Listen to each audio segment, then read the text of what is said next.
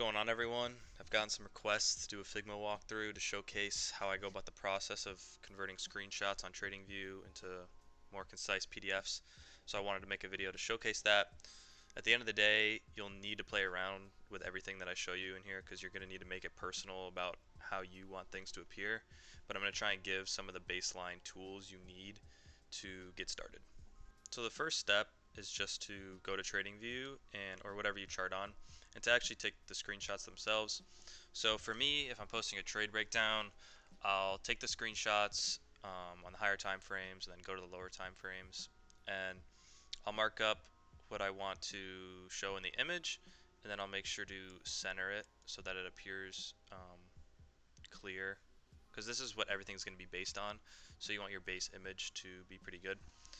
On desktop, I use something called ShareX to export and take screenshots of the images.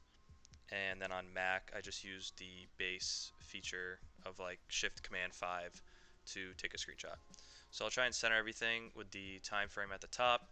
I use an indicator called Info. You can find it in the Indicators tab. You can customize it how you want it to look.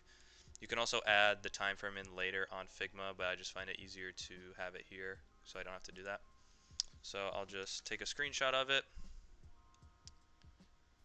try and, like, that's a bad example because I didn't get that candle in there, so I'll take it again, try and keep it centered, something like that.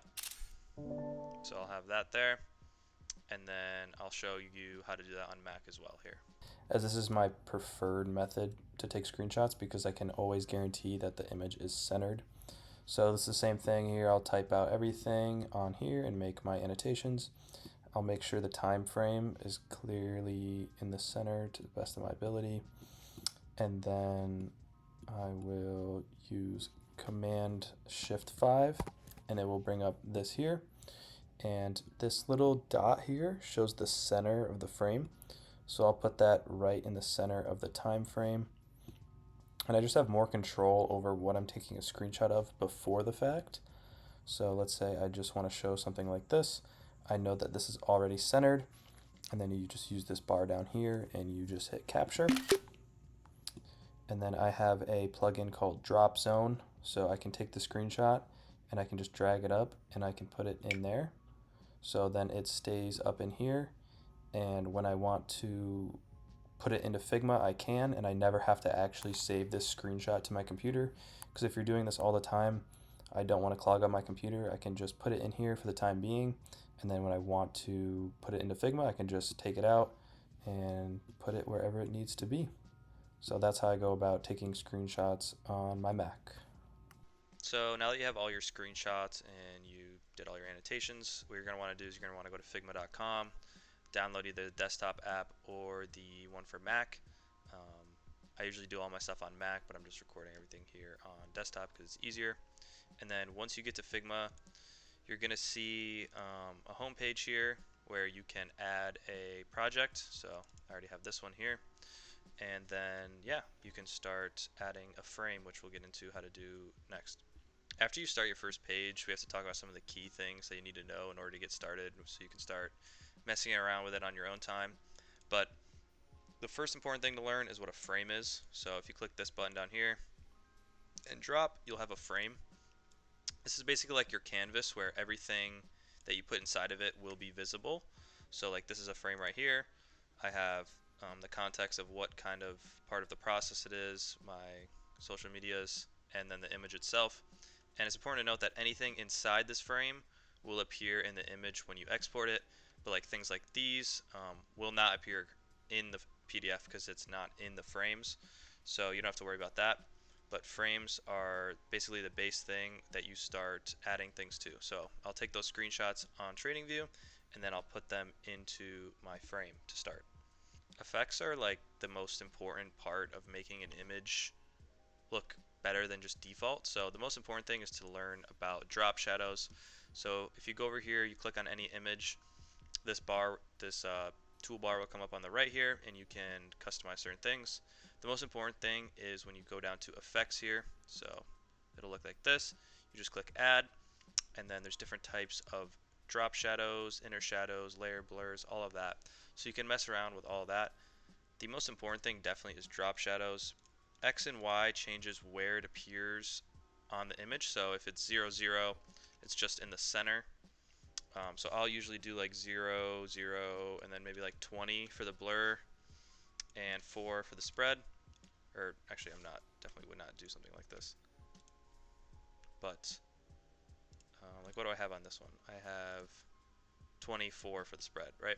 And you can change the color and everything. You can add inner shadows to make it look different. It's just something you have to play around with, but drop shadows are one of the most important thing to make your images look crispier. If you really want to add like extra customization and go to the next level of customizing things, I recommend adding these certain plugins here. So they're called SkewSkew and Iconify. You just search for them in this toolbar here and you can add them to your page. And what SkewSkew does is it makes it so you can rotate images so that they appear like kind of like they're different from the frame itself. So like this image is rotated to the left.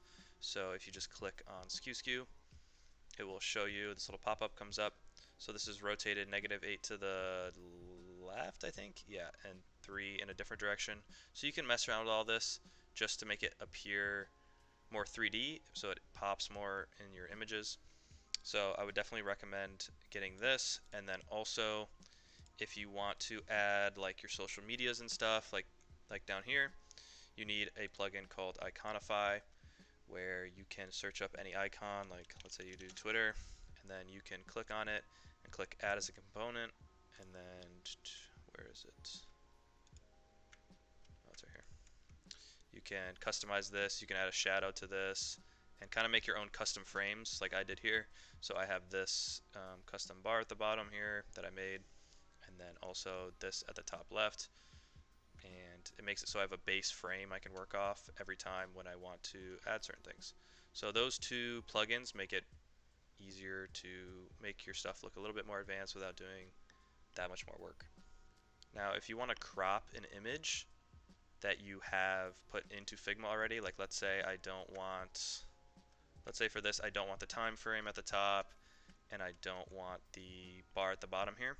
So if I click on this image and then click this crop button here, I can take this out and I can bring this up, and then now those are both gone. And if I want to bring them back, I can just click on this and drag it up. It's pretty simple. Now when it comes to execution screenshots, I take these on my phone because I find it easier. This isn't as clean because it's a Top Step X screenshot, but if you're on TradingView, I'll just log on my phone after the trade is over or I just have a runner left, and I will take a screenshot on my phone, crop out the top and the bottom, and airdrop it over to my computer. If you want to also add extra notes to your screenshots or whatever, what I typically do, like if I have a screenshot from Discord I want to add, like this, when you import this in, it will look pretty basic. Like I'll remove everything from it. Hold on, make this, reset it. So when you get rid of everything on this, it looks a lot more basic and not something I'd really, it's not really visually appealing to me. So to make this appear better, I'll take the screenshot, I'll paste it into Figma. If you grab this little drag down thing here and pull the radius in, it makes it look like it has better corners and it's not like just a rectangle.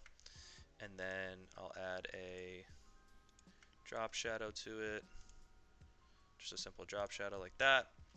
And then I will bring out SkewSkew, maybe make this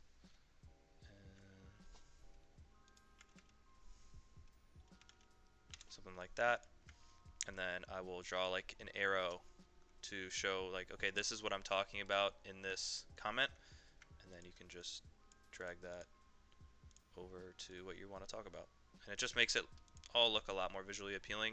And it's a good way to keep track of your notes about specific dates and specific things and bring extra context to what you're looking at. To make your arrows look more appealing, if you want to point to a certain part in the image, I didn't know this before, but if you click on this, you can draw something. And if you typically when you just do this, it'll just show in one direction, right? But if you click on this and drag to a certain point and then hold it down and move your mouse up or down, you can add a curve to the arrow, which will make it look a lot more appealing. So you just draw that, you click the X button here. So you can do all the same things that you would do to like an image within the arrow. You can change the color of it with the fill button here. You can change the width of it here. Um, you can add an arrow or certain things to the ends, either end of the line if you want as well. You can add drop shadows to it too. But really being able to draw your own lines and curve them however you want um, makes things a lot easier because you can make it look more appealing. Now, when you have all of your images ready to export and you want to take them out of Figma and put them maybe into Notion or wherever you're going to keep all your files, um, what you're going to want to do is if you have extra frames that you don't want to include in the actual PDF or whatever you're exporting it as, you just want to hold Shift and you can exclude certain frames. So right now I have just 1, 2, and 4 selected, so this one here would not be included. So if I select all of these holding Shift, you just scroll down here and you can click Export for Layers. You can also name it whatever you want to name it. So it's very simple on here, but I'll also go and include a clip of what I do on Mac because it is a little bit different. I prefer doing it on Mac, but it's basically the same process. So now we're over on Figma on my Mac as well, and I want to show how I export things on here because it's a little different. It's pretty similar, but I prefer to do it on here.